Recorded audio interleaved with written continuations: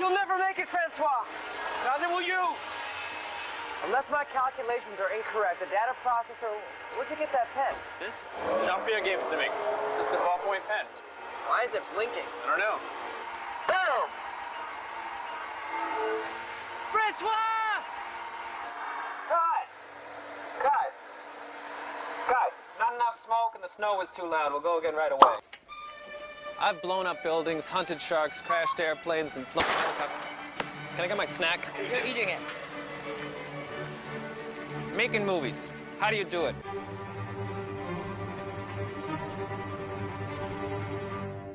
French Dispatch, latest from Wes Anderson. The French Dispatch is Wes Anderson's new film.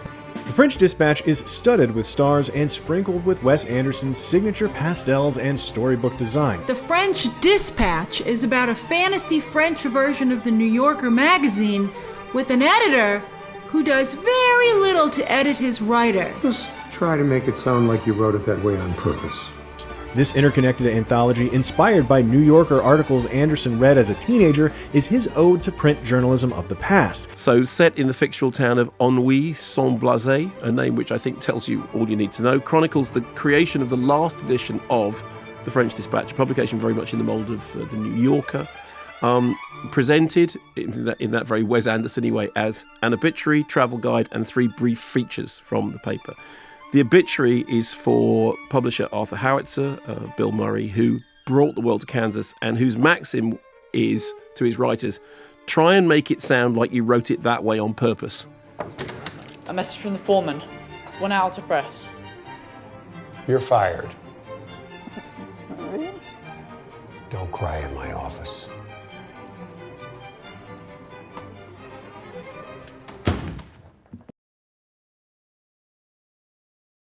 And what did you think of the cinematography?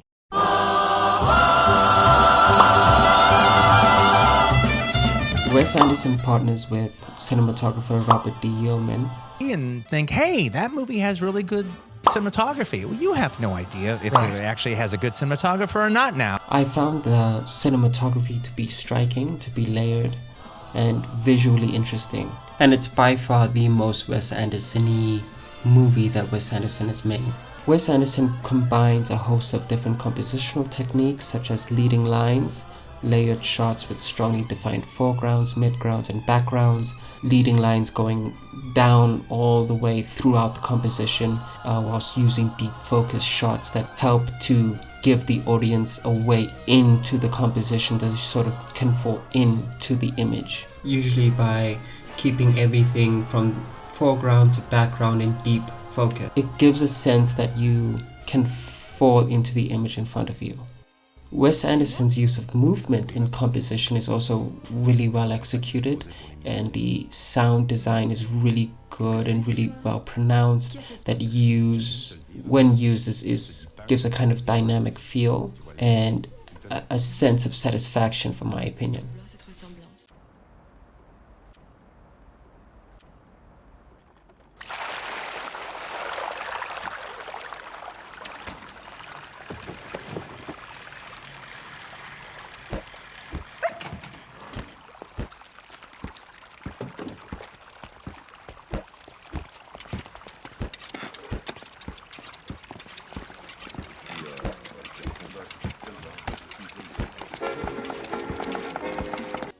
But the aesthetic of the film follows in the typical Wes Anderson style of kind of a live-action animation. In fact, there's a part of the film which turns into a cartoon. Despite the film having a strong and consistent visual aesthetic, Anderson manages to provide a variety of different cinematic techniques and approaches.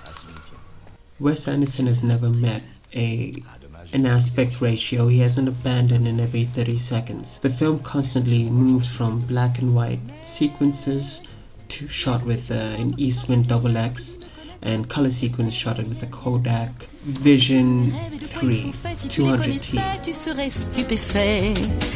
Tu ne sauras jamais. Tu sais bien que je sais pourquoi me contredire. Keeping with the content of the film, Anderson directs the film almost in a way that's kind of to film a magazine. even with the subtitles being placed around the characters, almost like a magazine throughout the movie sometimes. And at times it even cuts out some of the subtitles, which I doubt was an aesthetic choice, but more of Anderson sort of being inconsistent with the rules within the movie that he's created. It seems as if though some of the words were cut out because of the constant changes in aspect ratio. At the theater, I almost thought that the projectionists had done something wrong, that they had somehow cut out a piece of the film, but then to find out on the internet that this is an experience that everybody's had. It comes from a larger issue of the film being chaotic, yet having a lot of control, but still being chaotic in the sense that the rules are unclear. The change in aspect ratio, change from black to white, are just happening because the directors, the filmmakers, thought that it just looked good for that individual scene without taking into consideration the whole. That's what it felt like to me. Je suis complètement en désaccord avec tout ce que chacune d'entre vous a dit. Overall, what I'm trying to say is that the movie is very pretty. It's pretty, but is it art? Well, how is it valued? The value depends on opinion. Opinion depends on the experts. So who's the expert?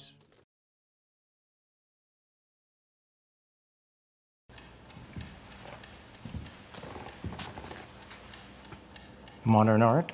Modern art. Our specialty, starting now. I don't get it. Of course you don't. Am I too old? Of course you are. Why is this good? It isn't good. Wrong idea. That's no answer. My point.